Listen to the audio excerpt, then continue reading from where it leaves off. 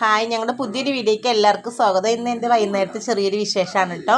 ഞങ്ങൾക്കിന്ന് വൈകുന്നേരത്ത് കട്ടൻ ചായയും അരി വറുത്തതുമാണ് കേട്ടോ.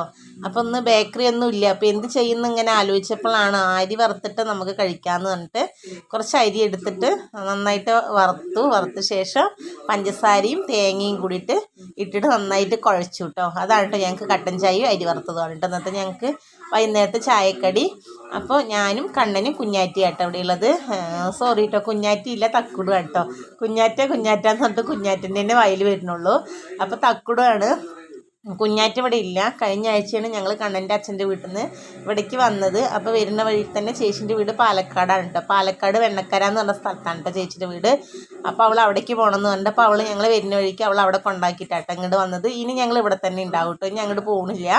ഇവിടെ നിന്ന് ഞാനൊരു വീഡിയോ ഇട്ടിട്ടുണ്ടായിരുന്നു, ഞങ്ങൾ അങ്ങോട്ട് ഞാൻ അവിടെ തന്നെ താമസം എന്ന് പറഞ്ഞിട്ടൊരു വീഡിയോ ഇട്ടിട്ടുണ്ടായിരുന്നു. പക്ഷേ ഞങ്ങൾക്ക് അവിടെ സാഹചര്യം കൊണ്ടൊന്ന് പൊരുത്തപ്പെടാൻ കഴിയുന്നില്ല. കണ്ണനടുത്ത് സ്കൂളില്ല, പിന്നെ കണ്ണൻ്റെ അച്ഛൻ അവിടെ ഇല്ല. കുഞ്ഞാറ്റിക്ക് അടുത്ത് സ്കൂളൊന്നും ഇല്ല, എങ്കിലും കുറച്ച് ദൂരം ഉണ്ടെങ്കിൽ പോയി വരാമെന്നൊക്കെ പറഞ്ഞിട്ട് തന്നെ പോയത്. പക്ഷെ കണ്ണന് അവിടെ പറ്റുന്നില്ല. കണ്ണൻ്റെ സ്കൂൾ പാലക്കാട് പോകണം, പാലക്കാട് ഡെയിലി വന്ന് പോകണം. നമുക്ക് നല്ല ദൂരമുണ്ട്, ഒരാൾക്ക് 45 രൂപയുണ്ട് പാലക്കാടേക്ക് ചാർജ് വീട്ടിൽ നിന്ന്. അപ്പോൾ നമുക്ക് ഡെയിലി പോയി വരാൻ പറ്റില്ല. അപ്പോൾ ഞങ്ങൾ ഈ ഒരു വർഷവും കൂടി ഇവിടെ തന്നെ നിൽക്കട്ടെ, അടുത്ത വർഷം എന്തെങ്കിലും ചെയ്യാമെന്ന് പറഞ്ഞിട്ടോ. പിന്നെ കണ്ണൻ്റെ സിസ്റ്റർമാരും പറഞ്ഞു അവനവിടെ പറ്റിയ സ്കൂളില്ല, നിങ്ങൾ എന്തെങ്കിലും ചെയ്ത് ഇവിടെ തന്നെ ഇരിക്കാൻ നോക്കിക്കോളൂ എന്ന് പറഞ്ഞു കേട്ടോ. അപ്പോൾ ഞങ്ങൾ ഇനി എന്തായാലും ഇവിടെ തന്നെ ആയിരിക്കും.